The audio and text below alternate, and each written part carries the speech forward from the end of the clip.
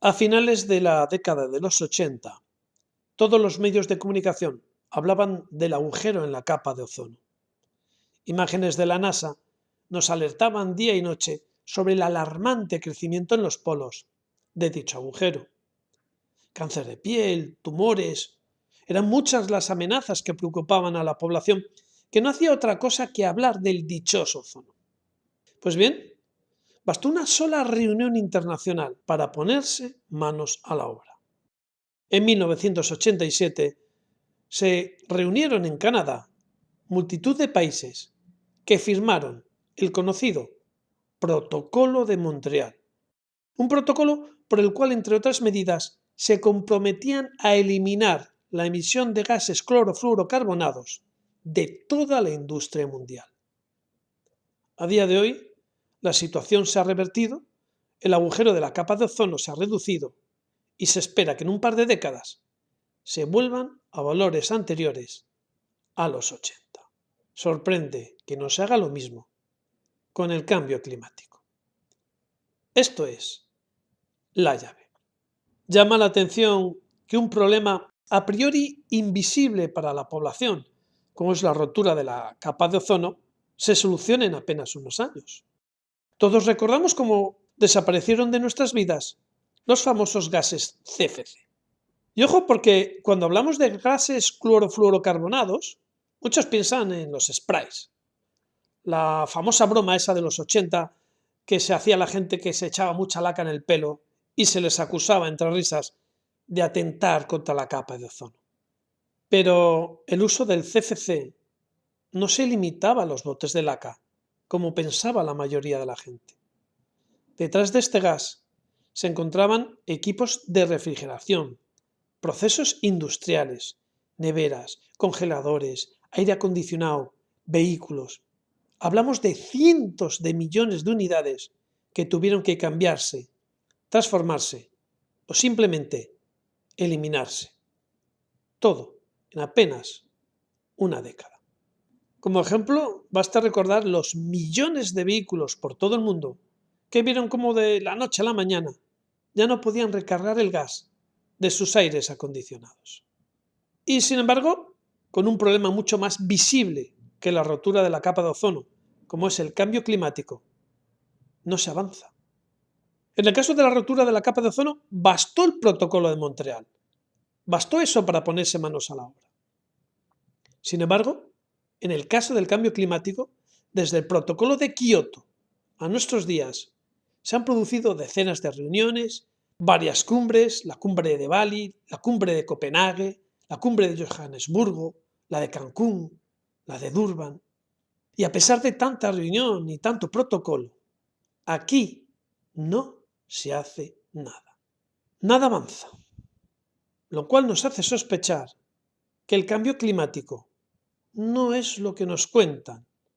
Estamos hablando simplemente de un arma de control geoestratégico. No voy a entrar en debates sobre si el cambio climático es verdad, es mentira, está provocado, es natural, es antropogénico, o si simplemente es el anticipo de un mínimo de Maunder. Y no voy a hablar de ello porque hacerlo es caer en su trampa, que no es otra que desviar la atención de algo tan perverso como evidente. Aunque no sorprenda, les interesa y mucho el cambio climático. Como decía Lampedusa, si queremos que todo siga como está, es necesario que todo cambie. Veréis, lo que realmente esconde el cambio climático, sobre todo el cambio climático mediático, es un potente arma de control geoestratégico a nivel mundial. Y os explico por qué. Como decía Lampedusa, se cambian las cosas para que siga igual. En apariencia, se están tomando medidas. Menos emisiones de CO2 a nivel mundial, reducción de emisiones de gases por parte de los vehículos, renovación del parque automovilístico, control de la industria, energías renovables, bla, bla, bla. Bueno, postureo. Todo postureo. Todo mentira. Los datos están ahí. contaminamos cada vez más. Una cosa es lo que nos dicen y otra la realidad. De cara a la galería se apuesta por energías limpias, pero no se promueve el uso de energías tan ecológicas como la solar. No se subvencionan masivamente, no se les quita el IVA, no se ponen las placas solares a IVA cero, no se dan créditos para instalarla. Es más, en España hasta hace poco se penalizaban. Los coches eléctricos o de aire comprimido se boicotean, como hemos visto en anteriores vídeos. Y por último, la industria pesada cada vez emite más cantidad de CO2. Y para que veáis hasta qué punto todo es una farsa, os voy a desvelar algo que os va a sorprender. Muchos de los vehículos con etiqueta eco, esos que presuntamente no contaminan, son los que más contaminan, mucho más que los viejos utilitarios. ¿Por qué? Os vais a sorprender. Basta con que sea híbrido. Así de sencillo.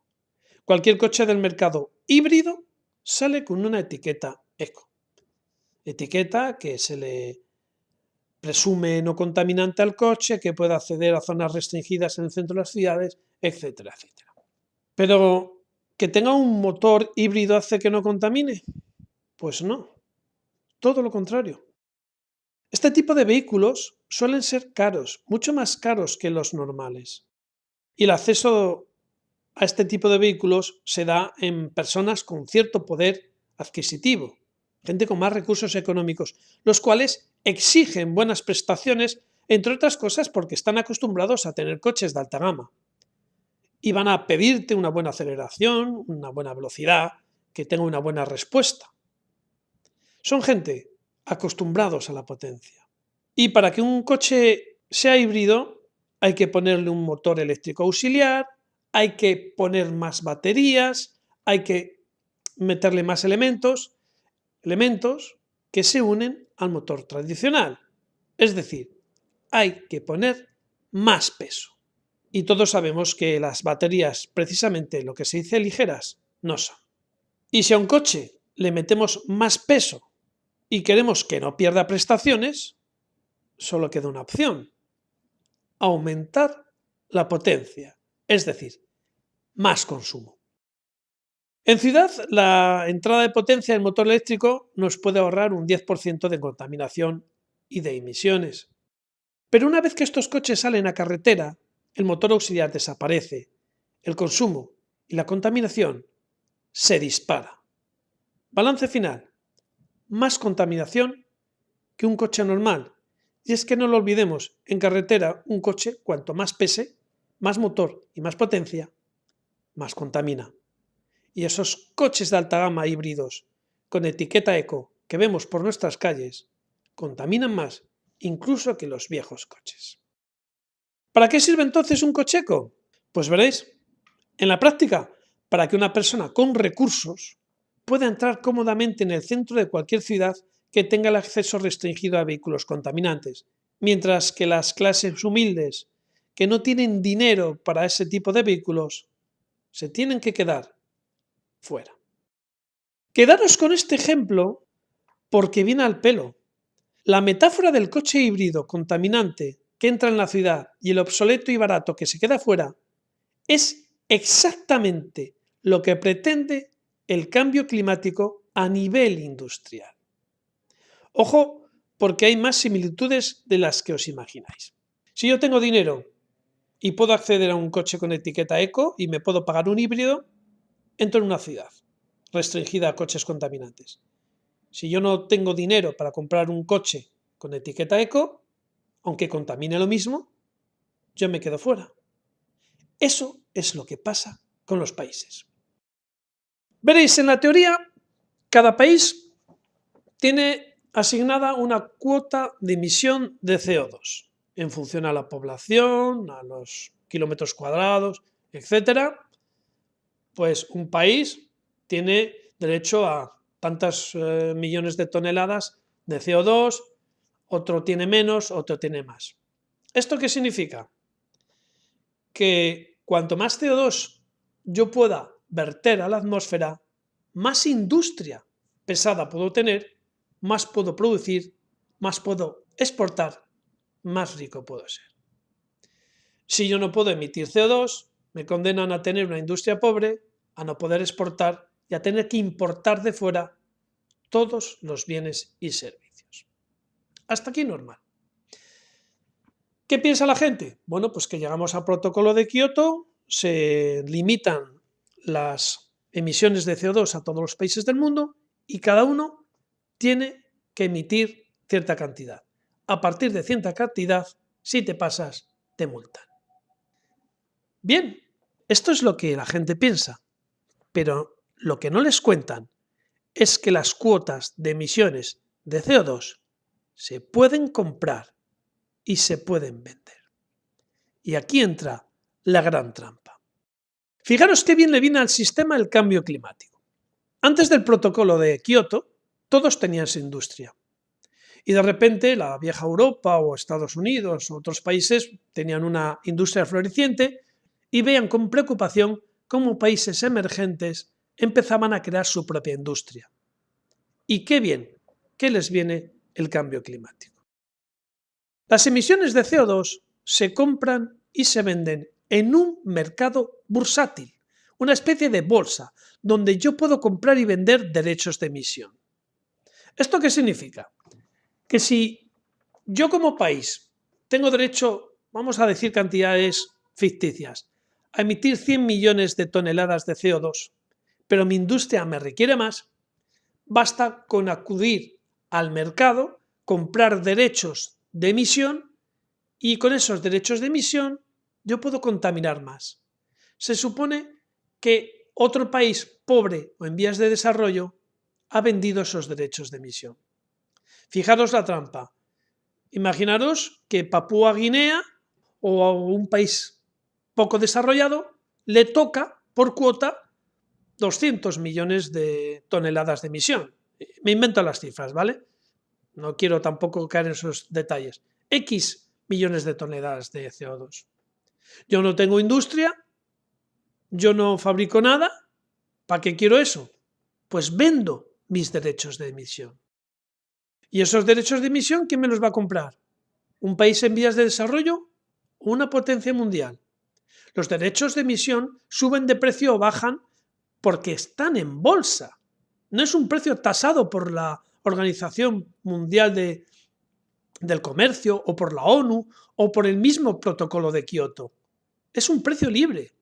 Luego yo puedo comprar contaminación y venderla. Entonces, ¿qué reducción estamos haciendo? Si yo tengo un país en el que no produzco emisiones de CO2 y vendo mis derechos, estoy haciendo que un tercer país contamine más. ¿Así acabamos con el cambio climático?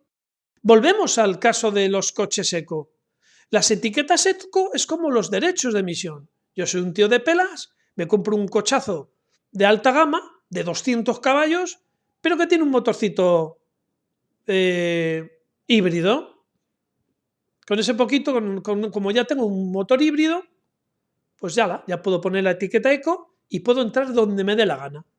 Y si yo soy un pobre currante que no puedo cambiar mi formondeo, me tengo que aguantar y quedarme fuera de las ciudades. Esto es el protocolo de Kioto a gran escala. Para que esto fuera serio y hubiera de verdad hubiera voluntad por acabar con el cambio climático y por las emisiones de CO2, se darían las etiquetas eco a coches 100% eléctricos, a coches que se muevan con GLP, con gas licuado petróleo u otras alternativas. No a un Cayenne, a un Porsche Cayenne con motor híbrido. O solo falta ver los Hammer, porque los Hammer ya no se fabrican, si no le ponemos un motor eléctrico a un Hammer y a correr, que es un coche eco. Y luego el pobre currante que tiene un coche viejo, tú contaminas mucho, quédate en casa. Eso pasa con los países. Si hubiera voluntad de acabar con el cambio climático, se dicen, cada país tiene unos derechos de emisión. Si no los gastas, mejor para ti, pero no los puedes vender. ¿Qué es eso de que yo venda los derechos de emisión de un país a otro? ¿Así acabó el problema? Señores, el cambio climático es un gran negocio. Puedo controlar los países emergentes. Yo tengo una industria desarrollada, tengo dinero, tengo potencia y compro derechos de emisión. Los países emergentes no van a poder seguir fabricando, no van a poder aumentar su industria porque no tienen derechos de emisión. Los países que quieran industrializarse y que hayan vendido sus derechos de emisión previamente no van a poder hacerlo. Esto deja todo el control geoestratégico, todo el control industrial y todo el poder en los de siempre, en los que ya tenían una industria previa y los que ya tenían una tecnología para reducir un poco los gases de efecto invernadero y que tenían dinero para comprar a terceros países los derechos de emisión. Por tanto, interesa un cambio climático, interesa cuanto más caliente, cuanto más huracán, cuanto más medido, cuanto más aumento de temperatura, más alarmaremos a la población, más deprimiremos a los países en vías de desarrollo, más podremos poner tasas verdes e impuestos nuevos que solo sirven para recaudar. Y además de propina, seguiremos una de las máximas de Chomsky: meter miedo en la población. Siempre hay que asustar a la población para tenerla controlada. El miedo al comunismo, el miedo al capitalismo, el miedo a la rotura de la capa de ozono, el miedo al terrorismo y ahora el miedo al cambio climático.